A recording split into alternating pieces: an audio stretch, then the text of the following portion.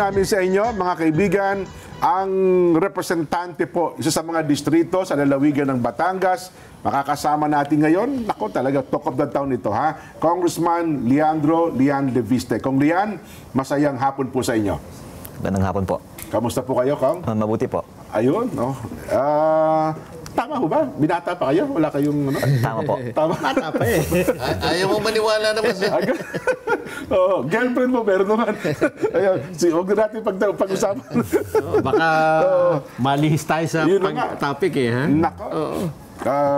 Sen, baka kayo nang pumunat sa ating panauhin ngayon eh. Baka meron po kayong gustong itanong kay Kong Lian. Hindi, ang unang sasabihin ko sapagkat hindi nyo pa siya higit na nakikilala. Siya ay anak ng aking kumare.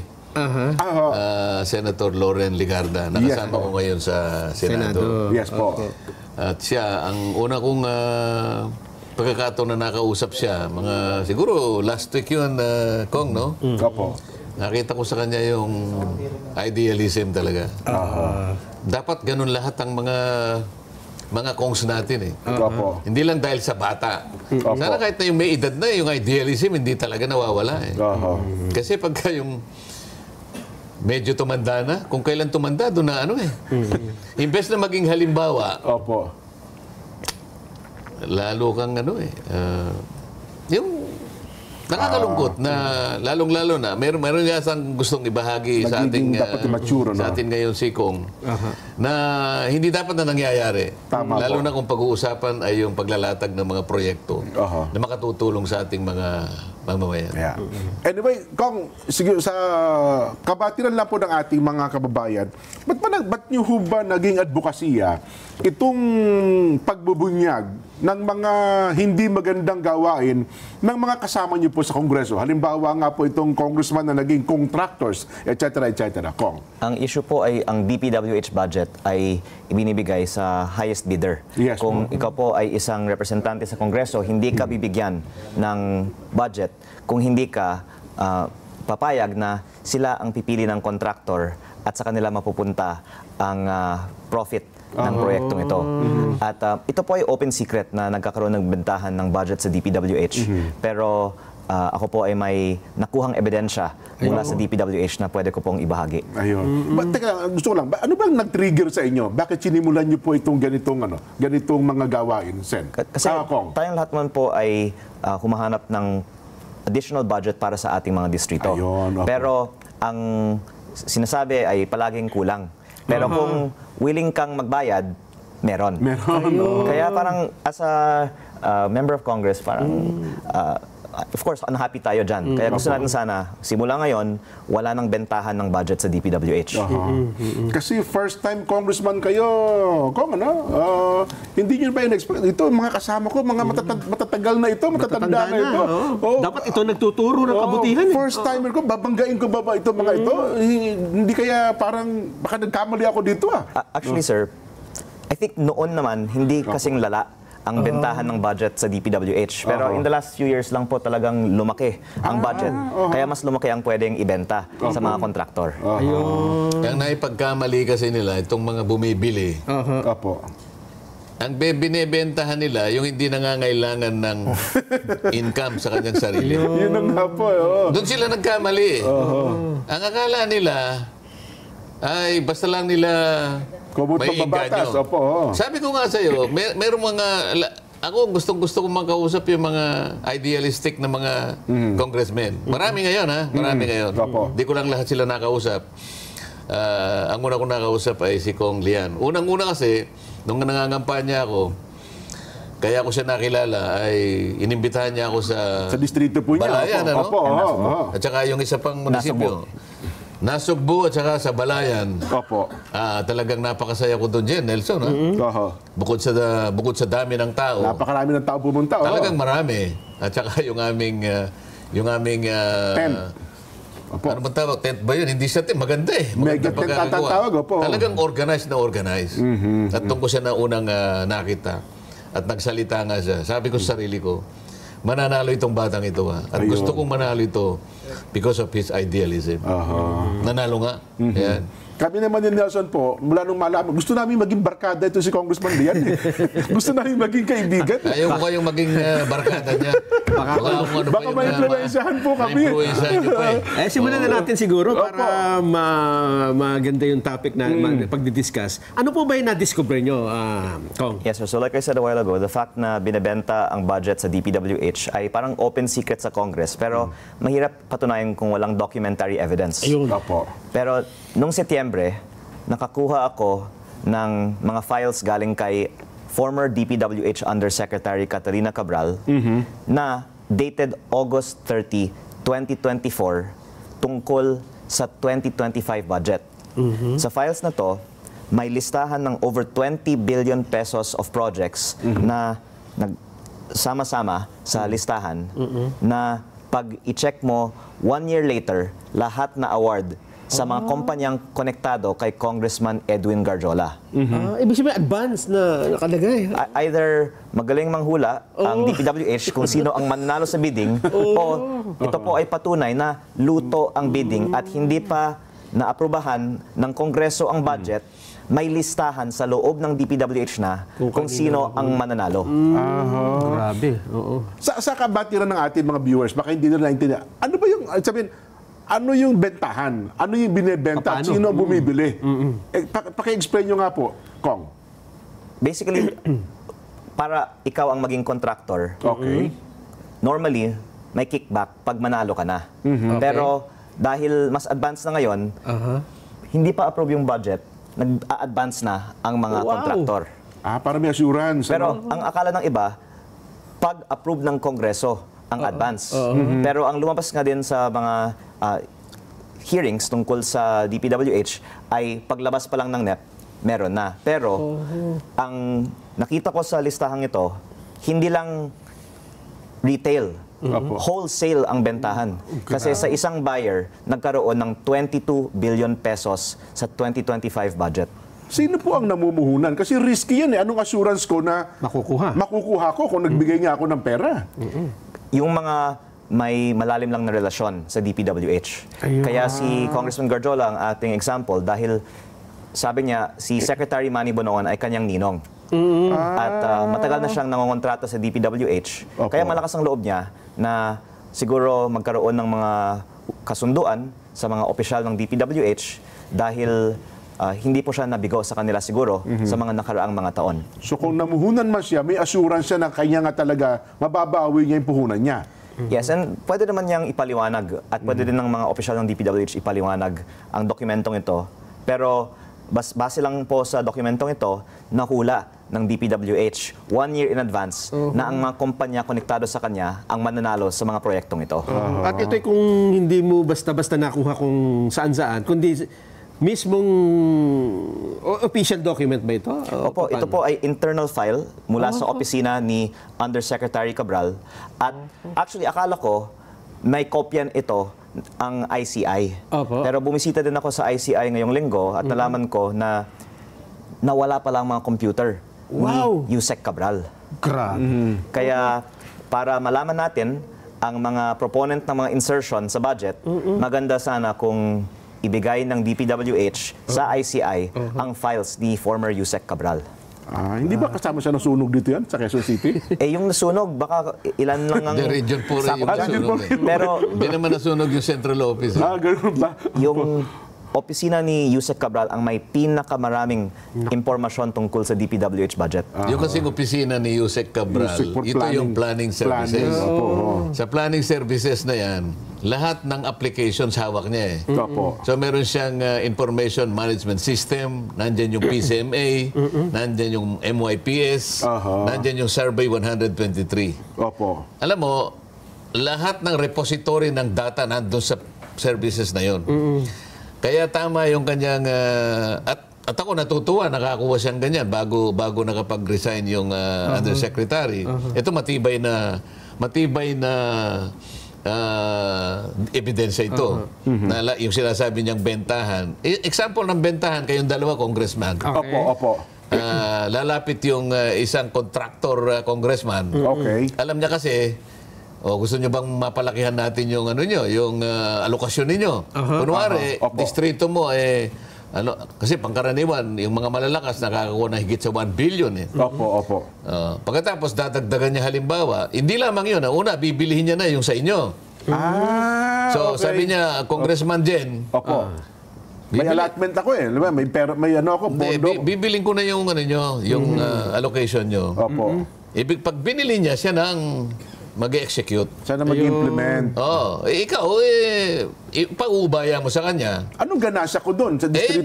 Isang bebenta, bago pa nasa NEP pa lang, Opo. bibigyan ka na niya. Yun ang sinasabi may ni Kong. paunang ganun pala. Ngayon, kung meron pa siyang kapangyarihan na dagdagan sa'yo, Opo. pero ibibigay mo rin sa kanya. Yun ang bentahan na sinasabi niya. At itong dokumentong dala niya, napakatibay nito. Nako. Ngayon po, paano natin natukoy, Kong Lian, na ang nasa likod na itong si Congressman Garjola? Si Anong connect Congressman niya? Garjola mismo ay ang namumuhunan sa mga kontratang ito. Pero sabi niya, si Secretary Manny Bonoan ay kanyang ninong, kaya siya may access siguro sa mga deals. Pero marami po kasing mga politiko ay nagbigay din sa kanya ng mga projects over the years. At iilan sa kanila ay nasa gabinete ngayon. Okay. Pero, of course, we would like to give the benefit of the doubt na may anti-corruption campaign ang ating gobyerno ngayon at sabi po by December 15, maraming makakasuhan o makulong at sana po kahit na kaibigan natin si Congressman Edwin Garjola, hindi natin siya isa-spare kasi I think this is important to put in context. Si Congressman Edwin Garjola ang pinakamalaking contractor sa Kongreso ngayon. Ito po ay ayon din sa ICI. Nung ako po ay bumisita doon, sinabi sa akin ni Commissioner Rogelio Singson, pinakamalaki si former Congressman Zaldico. Pangalawa, si Congressman Edwin Garjola. Pangatlo lang si Diskaya. Mas malakas ito kay... Opo. Kasi si Diskaya ay hindi congressman. Opo. Si Edwin Garjola ay malapit sa mga gumagawa ng budget. Kaya ngayon nang wala si former Congressman Zaldico sa Kongreso, pinakamalaki na ngayon na DPWH contractor sa Kongreso, si Congressman Garjola. Pero nabanggit ng ICI, ngayon lang nung bumisita ako sa ICI, nabanggit si Garjola sa kanila. At I guess kasi flood control ang focus ng investigasyon so far. Pero si Congressman Garjola ay malaking contractor sa roads. Pero hanggang ngayon, ang dami pang mga bentahan ng projects sa mga roads ng DPWH. Kaya mabuti po sana wag nating i-spare ang isa sa mga pinakamalaking kontraktor.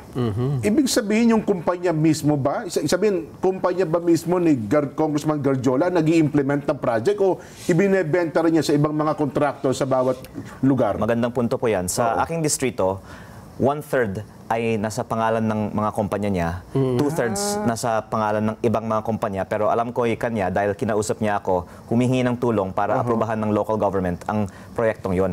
At ang research po namin, sa buong bansa, may 42 billion pesos sa pangalan ng kanyang mga kumpanya. Pero baka kung isama natin yung mga hindi na sa kanilang mga pangalan, ay mahigit 100 billion pesos ang mga kontrata niya, bukod pa sa mga nabenta niya na hindi natin matitrace kung wala po tayong documentary paper trail. So nationwide din pala ang operation niya, no? Opo, ang listahan pong ito ay baka 100 ng mga probinsya. At minsan hindi naman po kasama ang mga district congressman dito at may coin term nga po ng sagasa, di ba po? Na basta biglang may bilyong pisong proyekto sa distrito ng congressman, nasasabihin ng DPWH, iba yung nagpapondo ng proyektong yan.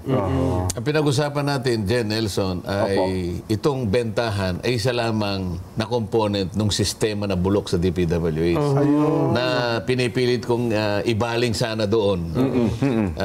Although ang pinag-usapan muna sa ngayon ay flood control, pero ito mas malawak ito. Hindi lang flood control ito. Pati pala roads. Kahit anong klaseng government project, nabibigyan nila, naiimpluwensya nila dahil nga yung mga proponents, kagaya ng contractor ka na, congressman ka pa, napakalaking impluwensya nun. Hindi pangkaraniwang congressman yun. Contractor, congressman, at may contact pa siya. Yung mga proponents, kasama doon sa system na pinag-uusapan sa Blue Ribbon Committee. Itong mga ito, isa lamang sa mga manifestation. Pero kung makikita mo, talamak na ito. Kung Lian, hindi ito magagawa ni Kong Garjola kung mag-isa lang siya. Natukoy niyo ba kung sino mga galame niya sa Congress? At saka bukod siyempre, sabi niyo, ninong niya si Congressman Manny Bonoan, si Secretary Manny Bonoan Well, in this case, yung mga projects niya ay nanggaling sa DPWH, hindi sa Kongreso. Kaya siguro meron certain amount ng budget na ang central office ng DPWH ay nag-allocate, doon siya kumuha. Yung 6 na project niya sa aking distrito ngayong taon, lahat ng galing sa DPWH, hindi po sa Kongreso na insertions. Tama yung sinasabi niya. Dahil sa NEP pa lang, sabi ko sa iyo, Oo, NEP pa lang. maraming stages yung pagbabloat ng budget. Dito lang sa NEP, Meron na pala. gagawin nila yun. Yung tinatawag nilang allocables. Nagagawa nila talaga yun. Pwede silang pumasok doon sa pangako na, magkakaroon ka rito. Sigurado na. Ako nang bibili niyan. Pero hindi ibig sabihin na walang kinalaman ng mga congressman sa budget mula sa DPWH. Kasi para hindi halata ang insertion ngayon, ang ginagawa, pinapasa na lang ang listahan sa DPWH. Tapos pinapalabas ng DPWH na galing sa DPWH ang mga proyektong yan. Pero tumitimbre pa rin, tumitimbre pa rin sa mga district congressman. Nanggagaling ang mga listahan sa mga Sa district congressman. congressman. Kasi sila nagsasubmit ng project sa kanilang lugar. Magkakutsaba talaga yun. Ang facility kasi ngayon, dahil nga sabi ko nga sa'yo, si Yusek Cathy Cabral, planning services, ang daling ipihit yun eh. Ang daling ipihit, sasabihin lang, madaling niyang gawin, sapagkat nasa kanya yung mga applications yung IMS nandun. Pati nga yung tinatawag na HDM4, yung density ng road. Pwede niya sabihin na, yun, dapat anuhin na yun. Pati bridges nasa kanya. So, pwede niyang ipihit sa pakikipagtulungan nitong mga kontraktos, hahanapan niya ng avenue kung saan lahat. Kaya makukuha nila eh. So, para sasabihin nilang density ng road system na to, ito yung mga i-repair. Kaya na sa isang araw pwedeng i-drawing lahat yan. So, ang connivance talaga, DPWH at saka yung proponents nandun sa Kongreso, talagang nangyayari yan. Iyon pala. Nako. Pero dahil sa pagbubulgar niyong ito, ano ang naging reaksyon po ng House leadership, Kong Rian? Actually, maraming mga miyembro ng Kongreso ay galit din kay Congressman Garjola kasi parang sobra naman ang ginagawa niya. Kahit na maraming ibang mga congressman gumagawa ng pareho sa ginagawa niya dahil napakaraming mga kontrata ang nakuha niya sa DPWH at napaka-extravagant ng kanyang lifestyle. Sabi ng ibang mga miyembro ng Kongreso, mabuti naman na may nagpakita na hindi sang-ayon ang Kongreso sa mga gawain Yun niya. ang puntong gusto kong makilala nyo, makita nyo. Opo. Si Congressman Garjola, kasama niya sa Congress. Opo, Sen. Pero hindi siya natakot, hindi siya nangimi na ihayag yung hindi magandang ginagawa. Katulad ko, nakita nyo, kapareho kong Deputy Speaker. Ito kasaysayan na to. Ako lamang ang Deputy Speaker na pinausisa ko ang kapwa ko Deputy Speaker. Siya rin ang Congressman. Pinauusisa niya ngayon sa pagitan ng ebidensya na akala kapwa niya Congressman. Sinong gagawa niyan? Yung matibay ang dibdib sapagkat idealistic siya. Tama. Yan ang gusto ko mapansin ng kababayan natin. Kailangan natin ng mas maraming ganyan. Kailangan nating maraming Lian. Libiste. Kahit di masyadong guwapo. Basta ang idealistic, kagaya niya. Pero sa kanya wala ka na masasabi. Guwapo na, idealistic pa. Mayaman pa, no? Yun pa Anyway, Kong Lian, gaano tayo kaseryoso dito? Ano ang goal mo rito? Kung ikaw ang tatanungin. Unang-una, ang sagot ko sa una niyong tanong ay gusto ko tama ang sistema ng pag-allocate ng budget at wala nang bentahan sa 2026. Ngunit sa research ko, meron bentahan mula sa DPWH hanggang ngayon. At ako po ay nakikiusap sana na yung budget na ginawa ni former Secretary Manny Bonoan at Undersecretary Cabral, na yun pa ang nakasalang sa Kongreso at sa Senado para sa 2026 ay rebisahin natin. Ngayon na nalaman natin na may ganitong sistema pala. Pero malaki na ata na bawas, di ba? Ito sa panahon ng Secretary Binns. Opo, pero yung natira ay galing pa sa Bonoan at Cabral time. At may mga bago pa rin mga insertions mula sa team ni Secretary Vince para sa mga lugar na konti lang ang tao at ang balita po, Sen, ay kung saan may congressman na contractor, nagkakataon, doon din, malaki ang budget. Kaya ako po ay hindi nag-reach ng conclusions. Pero nagtatanong lang ako, bakit kaming mga distrito na maraming tao, maraming pangangailangan, hindi kami nabibigyan ng budget. Pero maliit na distrito, pero ang congressman ay contractor, binibigyan ng malaking budget. meron siyang sparring partner dyan sa Congress na dating representante din ng yung yung party list group ni Kong Garjola, yung di ba yung construction workers yan, di ba? Ang unang representante po niyan si Congressman Romeo Momo di ba? Na tumakbo sa district. Ang nagpapalit sa kanya, si Garjola. Dating DPWH. Dating DPWH Undersecretary. Wala ba kayong imbestigahan lang? Hindi tayo nagpaparatang. Kundi, baka naman, may mahukay din kayo, Kong Rian. Naku, Sen, gagawa tayo ng bagong mga kaaway dito. Si Kong Momo po ay chair ng Public Works Committee. Ayun na nga po, isa pang chairman ng House Committee on Public Works. Ako po ay nakafocus po kay Kong Garjola dahil may proyekto siya sa aking distrito. Ayun. At ito po ay para sa interes ng aking distrito. Di ba, Linjen, yung pinangangambahan niya na maring nauulit pa rin sa 2026 budget. Di pa naman tapos yung plenary debates namin. Opo. Kung makakuha ko sa kanya ng mga matitibay na ebidensya na nakaraan, ang dami pang nakasabit na mga bentahan dyan. Tama po, tama. Pipilitin natin na maihayag yan, ma-address natin, mabawasan kung kinakailangan. Hindi man lahat, dahil sa alam mo, napakahirap talaga niyan. Opo. Pero gagawa tayo ng paraan na ma-address natin ang malaking bahagi niyang bentahan na yan. Kong Rian, bitin kami. Pwede ba magkaroon tayo ng part 2? Malapit na naman ata. Kaya gusto nyo, kayo ang pang-Webes namin. Ano ho yung mga mahalagang bagay po nandiyan sa gusto nyo sabihin sa ating palatuntunan?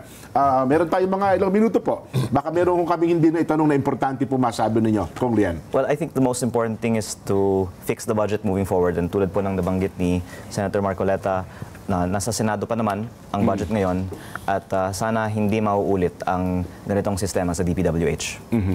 Ang inyo pong mensahe sa ating mga followers, viewers, etc. Kong Rian. Maraming salamat po sa opportunity to guest on your show and I hope to be back again. Yes po. Gawin na natin kayo regular dito. No? Biglang dami ng followers at viewers natin Sen, baka may mensahe po kayo sa ating mga taga-subaybay. Wala na tayong oras Oo nga po. Meron Siguro pa po magpasalamat na lang 3 tayo. minutes po, Sen. Opo. Pasalamatan natin si Kong Lian sa kanyang mga inihayag.